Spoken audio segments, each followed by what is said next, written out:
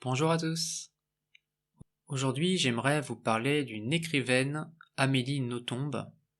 Ses romans ont eu énormément de succès et c'est aujourd'hui une des figures littéraires les plus connues.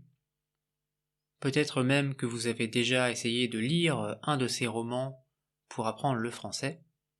J'aimerais donc vous parler un petit peu de cette personne et aussi de comment je l'ai découverte.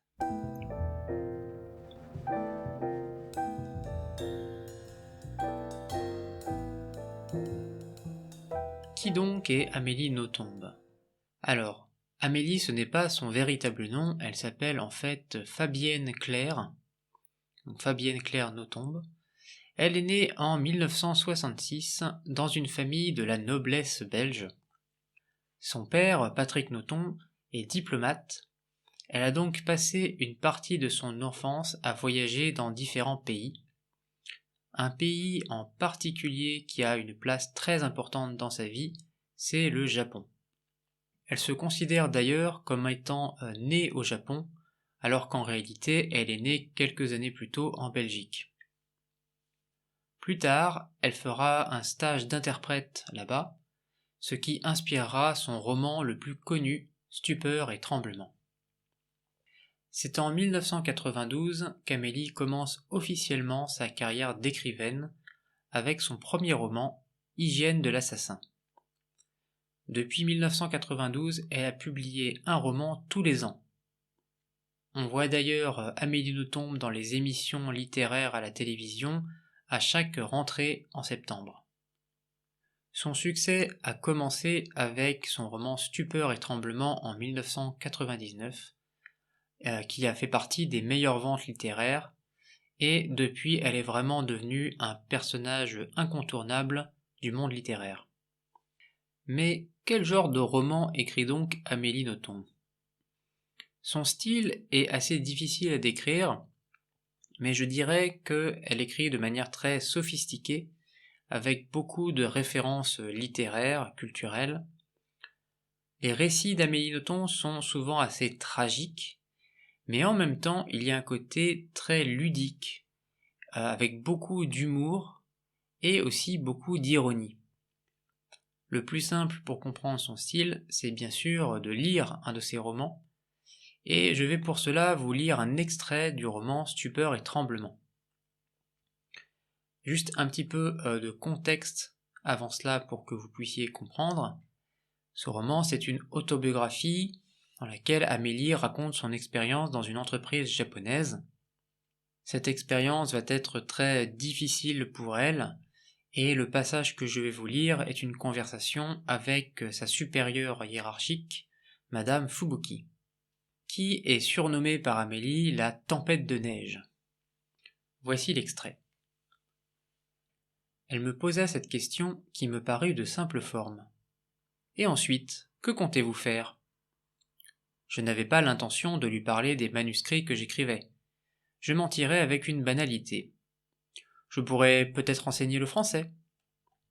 Ma supérieure éclata d'un rire méprisant. Enseigner? Vous? Vous vous croyez capable d'enseigner? Sacrée tempête de neige, jamais à court de munitions. Je compris qu'elle en redemandait. Je n'allais donc pas sottement lui répondre que j'avais un diplôme de professeur. Je baissai la tête. Vous avez raison, je ne suis pas encore assez consciente de mes limites. En effet, franchement, quel métier pourriez-vous exercer? Il fallait que je lui donne accès au paroxysme de l'extase. Dans l'ancien protocole impérial nippon, il est stipulé que l'on s'adressera à l'empereur avec stupeur et tremblement. J'ai toujours adoré cette formule qui correspond si bien au jeu des acteurs dans les films de samouraï, quand ils s'adressent à leur chef, la voix traumatisée par un respect surhumain.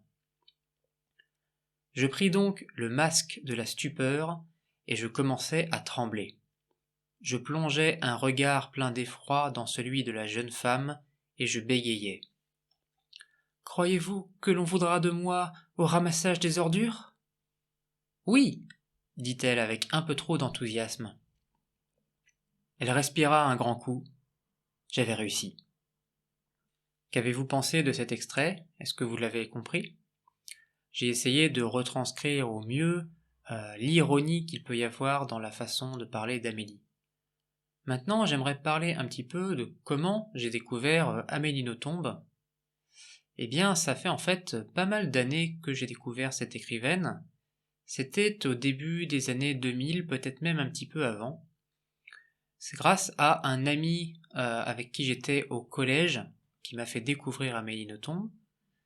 Nous sommes même allés ensemble à des séances de dédicaces pour rencontrer l'auteur. Et je dois dire qu'à l'époque, elle était vraiment très accessible. Elle dédicaçait ses romans dans des petites librairies et on pouvait très bien lui parler, elle était très sympathique. Mon ami Mathieu lui a même envoyé des lettres auxquelles elle a toujours répondu de façon très gentille. À cette époque, j'ai lu les premiers romans d'Amélie Nothomb, de Hygiène de l'assassin jusqu'à Antéchrista en 2003. Après cela, je me suis un petit peu désintéressé de ces romans, et j'ai trouvé que les romans suivants étaient un petit peu moins bien.